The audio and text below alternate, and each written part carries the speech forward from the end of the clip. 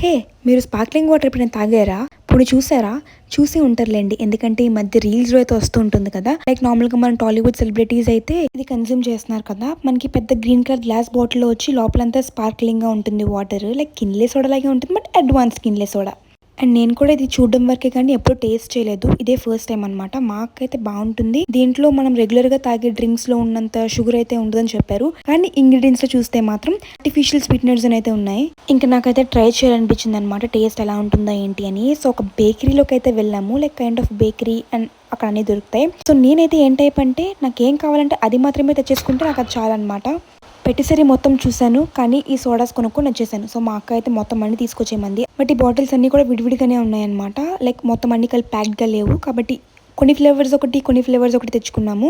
ఆ తర్వాత నాకు అర్థమైంది ఏంటంటే ఇది పేపర్ బోట్ అని. సో టేస్ట్ విషయానికి వచ్చేస్తే ఫస్ట్ అయితే గోలీ సోడా నాకు తెలియలేదు. ఏంటి ఓపెన్ అవ్వట్లేదని చూస్తే తర్వాత అర్థమైంది ఇది గోలీ సోడా అని. అప్పుడు వెంటనే ఫట్ మని సౌండ్ పెట్టాను కదా, అలా ఓపెన్ చేశాను. ఆ సాటిస్ఫాక్షన్ వేరు. ఇది టేస్ట్ బాగుంది. అండ్ దెన్ స్పార్క్లింగ్ వాటర్ విషయానికి వచ్చేస్తే లెమన్ అండ్ ఆరెంజ్. లెమన్ అయితే బాగానే ఉంది కానీ ఆరెంజ్ అయితే అస్సలు బాగాలేదు. ఇది వచ్చేసి నా review and as you by.